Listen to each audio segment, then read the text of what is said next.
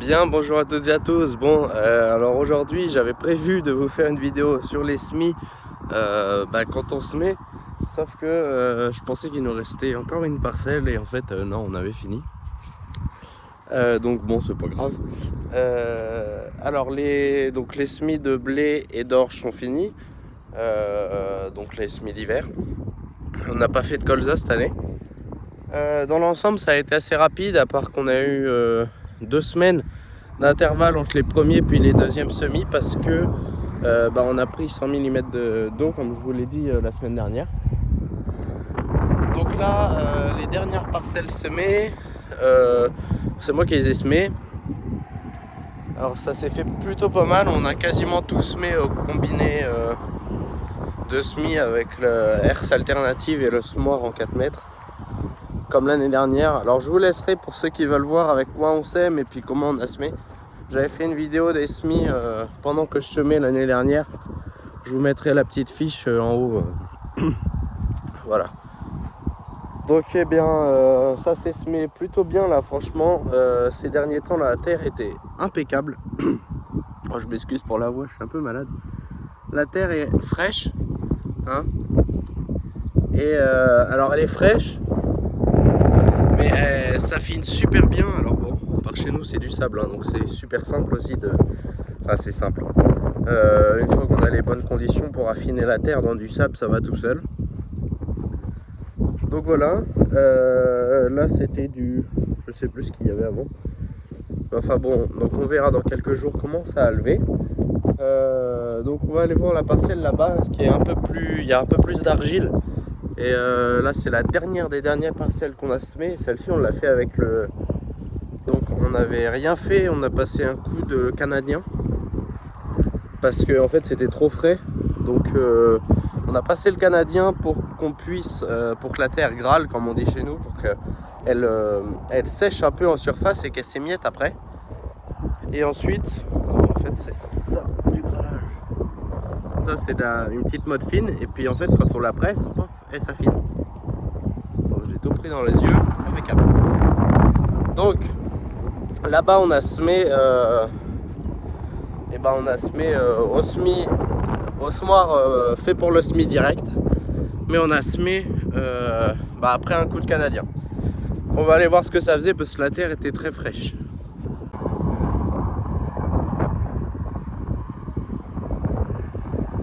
Bon alors je m'excuse, j'ai rien pris, je suis parti un peu comme ça, j'ai juste pris mon téléphone donc j'ai pas de micro et puis en plus il y a beaucoup de vent, donc on va essayer de faire avec. Voilà ce qu'on peut retrouver au bord des chemins de temps en temps. Ça arrive régulièrement malheureusement. Et bien encore quelqu'un qui a pris les terres pour des déchets. Et bien on est au même endroit que l'autre fois où je vous avais dit en déchaussement que j'avais ramassé tout le bord de la route là-bas, que j'avais ramassé un carton de déchets. Bon voilà, on a un peu plus d'un carton. Bon, bien sûr, on a essayé de trouver des papiers et il n'y en avait pas. Alors on peut voir qu'il y a différents sacs. Alors c'est principalement du plastique en plus. Il y avait un étendoir, il y a un toilette, un pot de peinture, enfin bon, pas mal de cochonneries encore qu'il va falloir ramasser. Ça c'est très régulier. Alors, dans notre secteur, je sais pas ailleurs, mais nous ça arrive régulièrement qu'au bord des chemins, voire même dans les champs, ça soit pris pour une déchetterie. Enfin bon, c'est malheureux, mais on peut pas y faire grand chose à notre échelle, à part ramasser la merde des autres. Donc voilà, on va aller voir là-bas, comme je vous le disais, parce qu'on n'y est toujours pas allé. Puis ensuite on ira voir les champs qui ont levé. Bien, donc là on est dans l'autre morceau. Alors, morceau qui a un peu plus d'argile, et là on avait du millet avant. Du millet qu'on n'avait pas touché depuis qu'on l'avait récolté. L'idée c'était de semer en direct. Cependant, avec l'eau qu'on a pris, en fait l'argile n'a pas séché, n'a rien bu. Et le semoir, nous, à disque de semi-direct, bourre très très vite quand il a plu, quand la terre est humide. Et donc, eh bien, je vais vous montrer, la terre est encore humide. Donc j'avais passé un coup de canadien assez rapide. Et puis papy a semé ça avec le semoir direct juste après. Parce qu'en fait l'autre semoir avec les pailles comme ça, voilà, il reste encore des tiges presque complètes. Eh bien il aurait bourré. Donc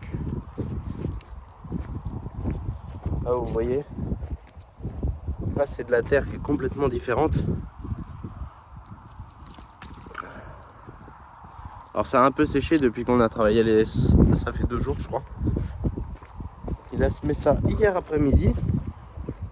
On peut voir que il y a quand même des mottes. Ça devait secouer un peu dans le tracteur.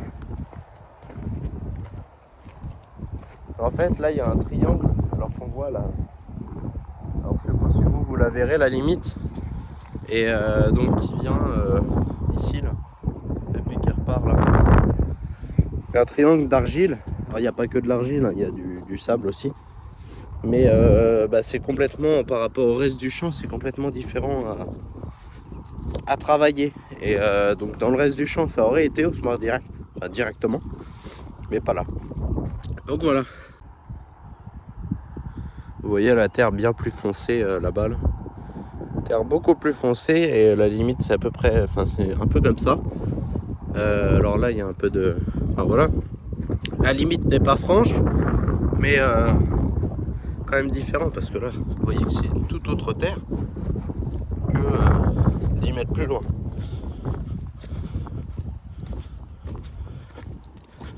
Alors on retrouve déjà un peu plus d'argile là, comme ça.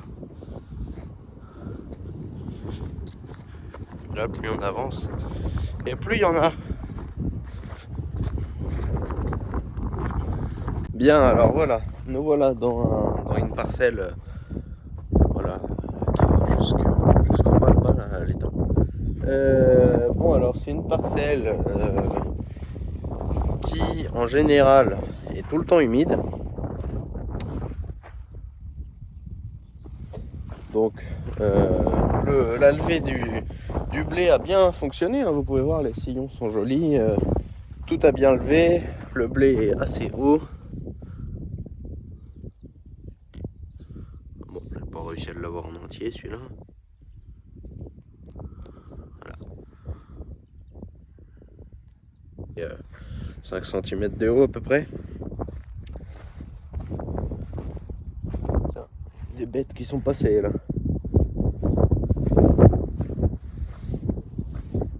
Alors le sol est très meuble, en fait on avait alors en plus de l'eau on avait décompacté avant, chose que en fait on n'aurait pas, enfin, dans notre tête c'était bien parce que ça permettait donc de décompacter le sol et comme ça les racines peuvent bien s'implanter, etc.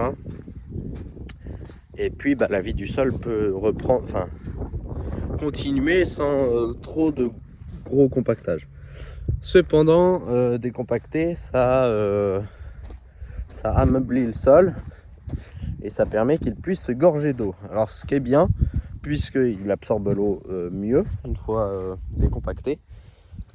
Seulement pour cette année qui est humide et en plus on a donc c'est humide et en plus on a pas mal de chaleur.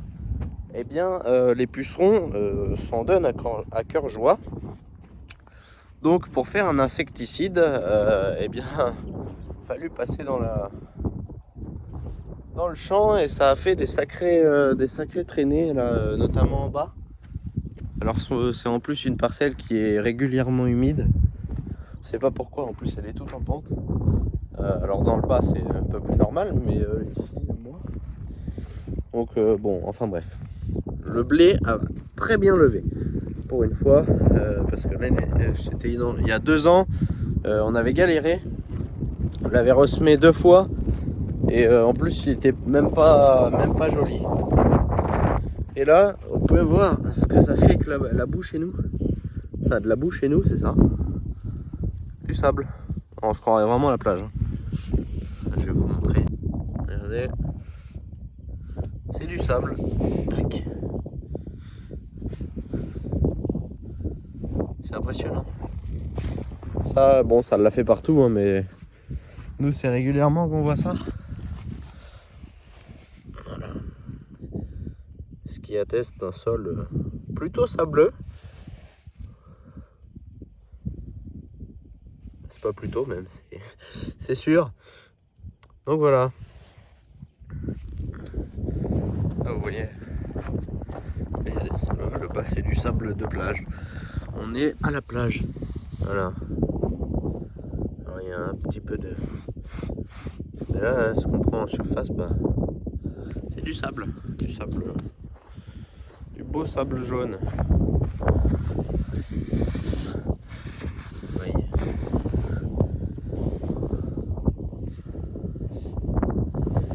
On pourrait faire des châteaux de sable.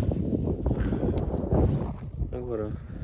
Bon, on va aller faire un petit tour dans les vignes parce que ça avance aussi de l'autre côté. Bon, les principaux travaux en cours, c'est remplacement des ceps. On enlève les crochets Alors il y a une équipe qui remplace les ceps.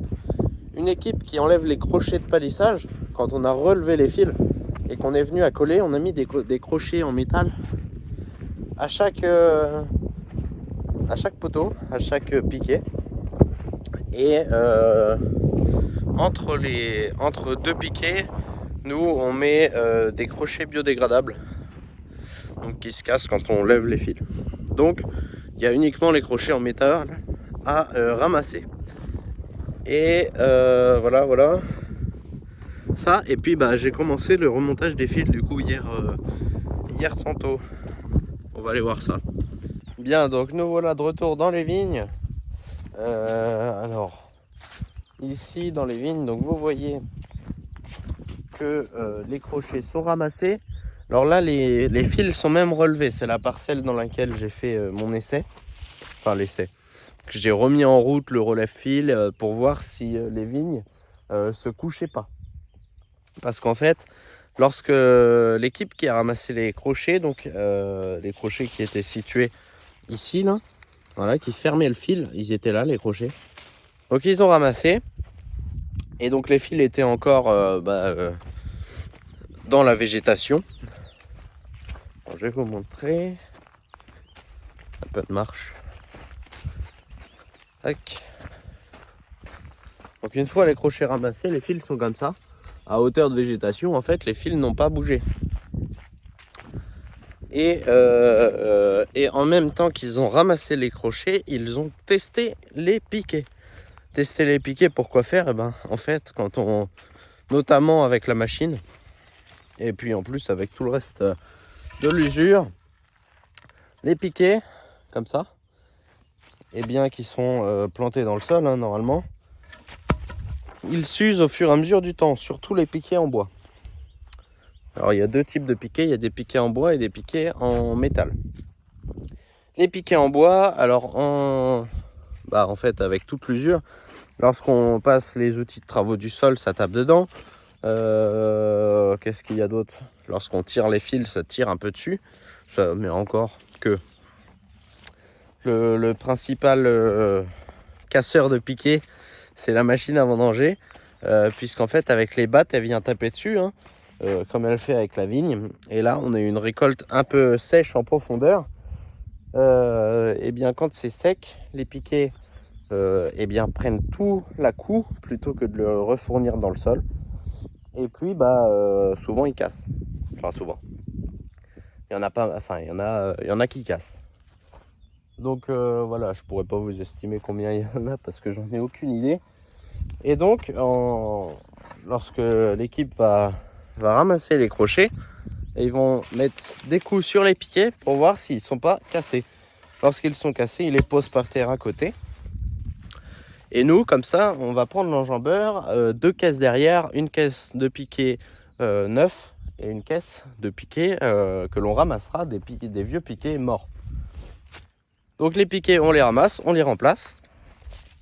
Et voilà, pour avoir un palissage toujours en bon état, avec pas de piquets manquants, etc. Parce que des piquets qui manquent, lorsqu'il y a un gros coup de vent, la végétation peut se coucher. Et donc ensuite, là, hier, j'ai relevé les fils. Donc avec les rouleaux, là, je vous avais fait des vidéos l'an dernier et l'année d'avant. Je vais sûrement vous en refaire une aussi cette année parce que souvent j'ai le temps quand je fais ça. Donc ça, on a remonté les fils. Donc là, les fils sont en haut.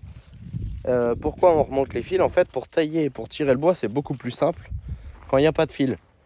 Et puis de toute façon, l'année prochaine, quand il n'y aura pas de végétation, les fils, il faut qu'ils soient en bas pour que quand la végétation pousse, on les remonte. Donc voilà, c'était les opérations de la semaine un petit peu. Et puis le remplacement des plants. Bah tiens, impeccable, il y en a un là. Remplacement des plants, ça c'est un nouveau plan. Alors ça, papa a fait des trous à l'intérieur. Ça c'est pareil, je vous avais fait une vidéo il me semble. Donc des trous à l'intérieur sur les plants morts. Alors nous on les marque pas, on les repère à l'œil. Donc il fait un trou et ensuite il y a une équipe qui passe donc avec des nouveaux plants, un peu d'engrais et puis voilà, qui mettent les plants et qui rebouchent le trou. Ça on le fait. Donc ça, l'opération toutes les opérations que je viens de vous citer, on les fait sur toutes les parcelles. Alors sauf les parcelles qu'on va arracher, là où il y aura un peu moins de travail, les parcelles qui sont prévues à être arrachées. Donc voilà pour ce petit tour dans les vignes. C'est une vidéo qui est un peu similaire à la semaine dernière, mais avec les avancées de la semaine. Bon, j'essaierai d'être plus productif la semaine prochaine et puis les suivantes. Donc voilà, moi je vous laisse. Je vous dis à dimanche prochain, 16h30. Et puis je vous souhaite une bonne fin de week-end. Allez, salut!